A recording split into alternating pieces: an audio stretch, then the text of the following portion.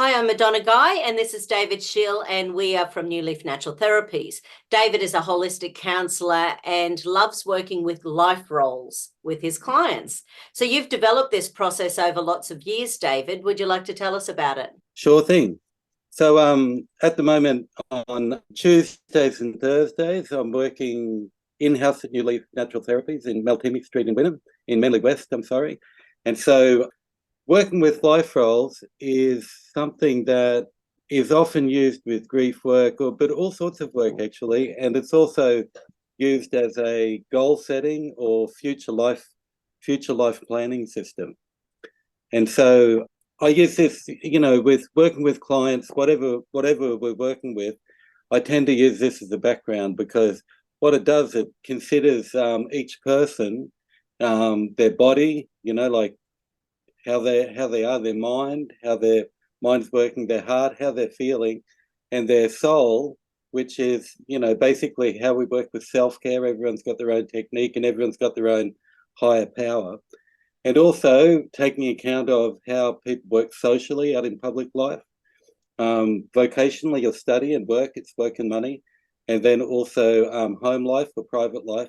And once again, the spiritual life, where people go out in the world to regenerate. And so keeping that in mind, what I do is I offer a special service, and what it does is it allows people to work out all of their life roles in those different areas so that you end up with a map of a bunch of roles in each different. So I'll give an example. So here we see, Yep, I can see that that. should be fairly clear. Okay, so here we've got up on this side, see there's social roles. So for this person, they've put playful person, nature lover, singing, guitar player, dancer, dear auntie. Okay, and then next to it over here, we've got the vocational roles. So that's work. This person was a teacher, so inflow fund teacher, supportive colleague, special tutor, reporting procrastinator. That one's a bit funny, and confident public speaker. And as you can see, as you work through them, the home roles, she wants to be a calm super mum, harmonious soulmate, healthy chef, better gardener, and pro organizer. And then in the spiritual roles, she's got mindful, sincere person, well-wisher, soul sister, people connector, and creative present buyer.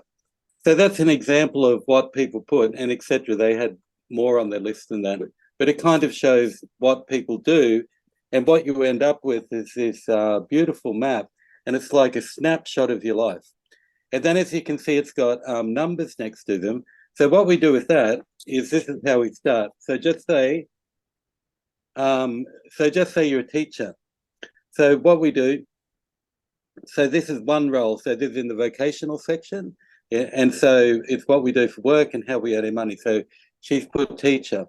And then after that, we number the roles. So, 5 means competent. It means good. It's like, maybe accredited, ready to teach as a teacher. But then the numbers go up as you get more experience. You might work out, you'll become a 7, but 7 is about good, right? Because in psychology, they use this numbering process all the time. Below 5 is obviously still studying, or maybe there's something that you have to work on, you're not up to grade. But anyway, this teacher considered she was at a 7 and she actually wanted to be a 9. She'd like to be a really good teacher. And so what we do then is we get to imagine, not imagine, but picture yourself in the role as a number 9 teacher, a fantastic teacher. And then they can work backwards. The client can work backwards, working back. If they are a 9, what would they be like? Right. And so the thing about this is that even though a lot of teachers might want to be a 9, when it comes down to their idea of being a 9, what they have to improve, what they need to work on, what they need to take, it's entirely different. So you end up with this really personalized description at the end. And in this case, she ended up putting inflow fund teacher. So that gives you a descriptor of what the future person that you want to be looks like. And also, because it's language that is the person on how they want to make the improvement, you end up with this particular, like inflow fun teacher. I mean, that sounds like good to be. You know, Yes. it's like a nice space to be in. And so we can do that with each role. And so that's the first step. We get our roles numbered, and then we see what we had before. So we've got, this is a not quite complete set, but they're all described to the individual person. So it really works on the total individuality of a person, because if you get two people who are best friends, sisters, when they do this, it's going to be completely different, because it shows you what individual characteristics you have. And so for someone when you come like and do the me, I process, love yes, go on. So for someone like me, I like public speaking. I like being up in public. So someone else who doesn't like that, they might be a 4 as a public speaker, but really only want to be competent, so maybe to a 5 or a 6. Yes, that's right, because you don't need to be a 9 in every role. Exactly. And you don't have so enough it's really, energy. yes. So, probably 7 is good.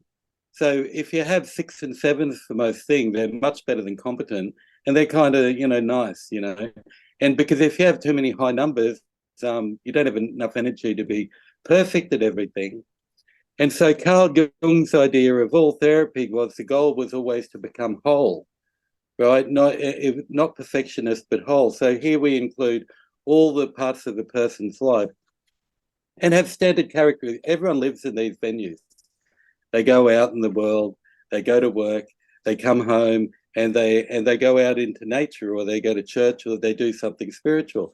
So it's really like an empty mandala, as Jung would say, which is an example of the whole, and dividing up into 4 is always the way. And these are standard categories that come out of Eastern and Western thing, kind of share them. And I've done a lot of work analysing that. But this is how it's done. And so because and the other reason to do this is that some of the more recent theorists who've worked with the neurobiology of future thinking, like Albert Bandura, he says the projected future can be brought into the present through forethought. By being represented cognitively in the present, conceived future states are converted into current motivators and regulators of behavior. So getting at one of the other things that we use as a motivational tool is that what I work with is values. So to improve things, we want to go back and reassess our values and see because a lot of the reasons that we do better is because we start to remember our values and align with them. So here's an example of this. So in this, well, that's funny you said public speaker. So this one, confident public speaker, she put, so this is the other person.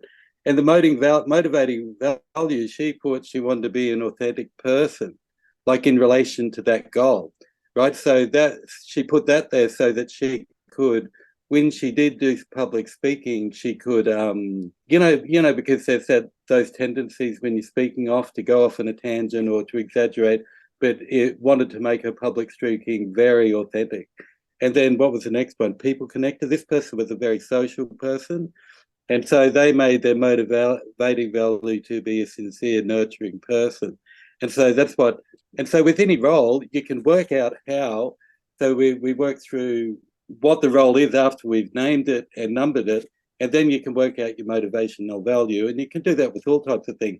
And, just by doing this process, you end up with such a beautiful list of things about yourself.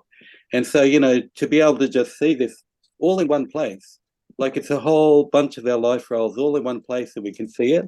And the other thing is we can show other people too. So when we're planning to make a change, because the other thing, because as a counsellor, I'm very much into transformational counselling, because a lot of people just don't want someone, empathetic listening is really great.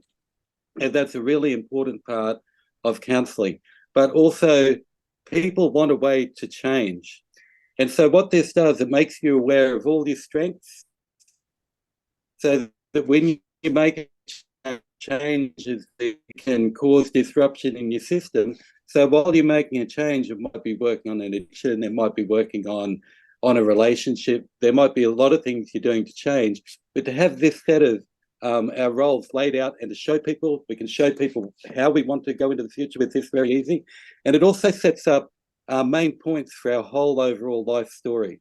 Because my favorite type of therapy is narrative therapy, where we help people, we get their story up to here and they don't like where it's going. So it's about restoring, they call it, reauthoring life, especially after someone's become, we get polarized, like sometimes when you're just being parents, all everything is work and parenting, and you lose so many bits of yourself that like you might stop doing your hobbies or this or that. So this is a good way to reestablish the things that we want to do, and we can make priority lists to put things in priority.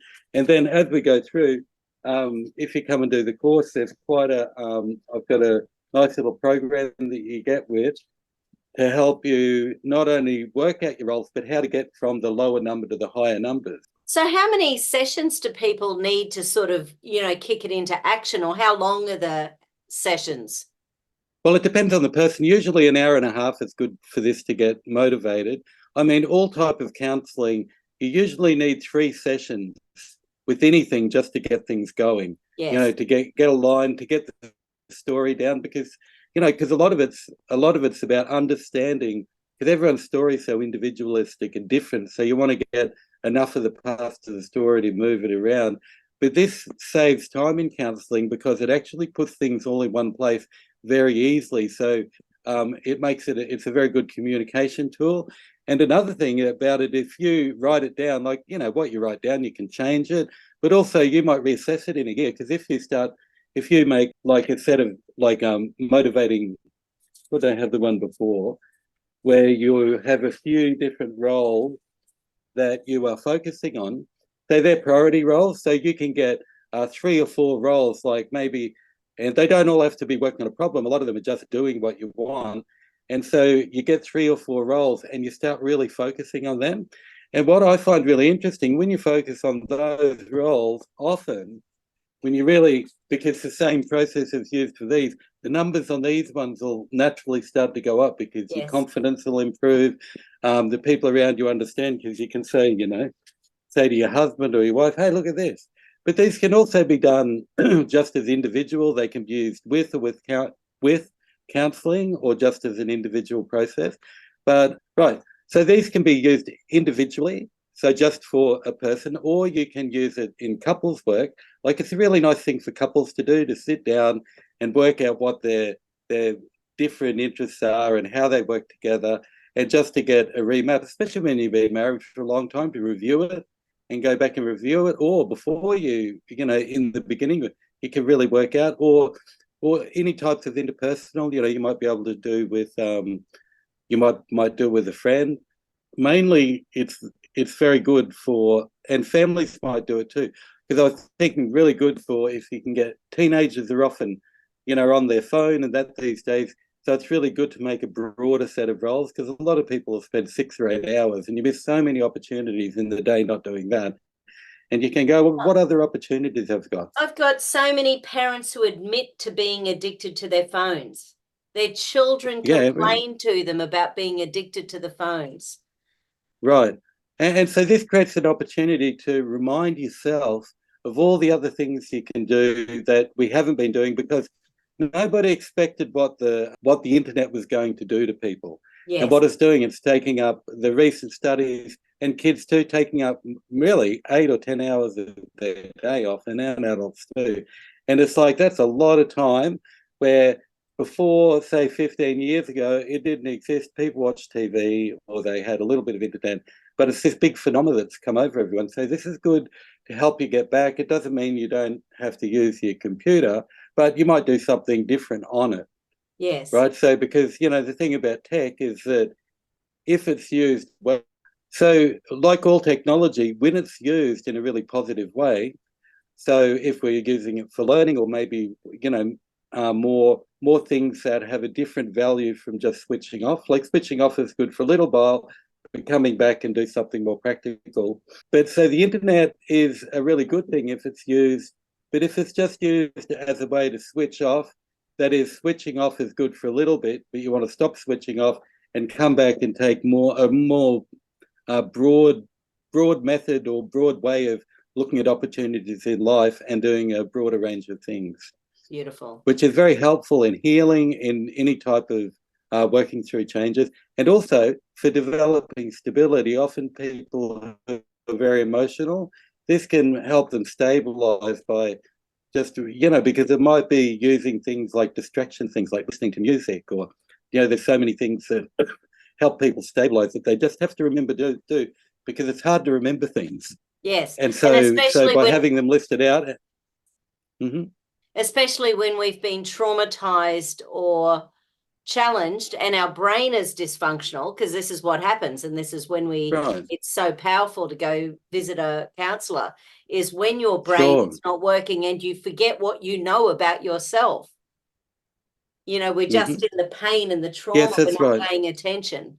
Yeah, and this is a way to remember. And these are also, the main points of the story. So this can be also, you can use for life scripting work, where you will often write out, there's a lot of different methods for doing it, and you'll write out, I'm in my future self, and I'm now, and you start describing what the roles are doing, and you can write a future plan to write a story, and that tends to attract you to the future, that all the studies show. Beautiful. Okay, so there's one more part of it. Some people are interested in it. Is that I can work with people to do a meditation. It's a gardening meditation where you can set out all these areas into a garden, and you work on each role as like a plant. And so that what you do is you make an internal garden. A lot of therapists use this. It's called, like Esther Perel. She's a famous family therapist. She goes, everyone's got a right to a secret garden. So you can cultivate an inner garden, and it's often nice to have a creek in it, and you plant all your plants, and they represent, the different roles in life. And then people often have a guide in there, so it might be, some people will put Jesus or their guru or Ganesh. People do stuff like that. And then with that, it's like you can look at sometimes when you look at your garden, you'll see, well, there's some roles that are damaged. They might be growing very well, so you want to maybe fertilize them. Some roles you just want to dig out because they're no good or don't serve a purpose anymore, so you can remove that and replace it with a nice plant. Some things might be overgrown by weeds and stuff, so you can remove the weeds, prune it, and give it more space to grow. So that's a way of visualizing the future roles in a different context. It's something that we work on. Beautiful. We should get you to do that visualization for our YouTube family. Oh, okay, maybe we'll think up a meditation. Okay. Yeah. So we've got the phone number down the bottom, so you'll be able to contact David to book an appointment. He can log in from his place and book you in on a Tuesday or a Thursday at New Leaf Natural Therapy. It's a fantastic offer at the moment. So we've got a special offer, which is only $150 for the first hour and a half, and $100 an hour for follow-up. That's for this. That's for. And at the moment, also counselling is $100 an hour until the end of June. And also holistic tarot readings are also $100 an hour. And they use this same system. So Yes. they work with the same holistic system with their outcomes and readings. Yes. And you also do an hour and a half, you. a combination holistic counselling and tarot for 150. So the combination is beautiful. Yes, if people like that. Yeah. Because people find the cards a very nice place to start. Yes. Awesome. Okay, thanks, David. Take care. Hey, thanks, Madonna. We'll see you soon. Okay, bye.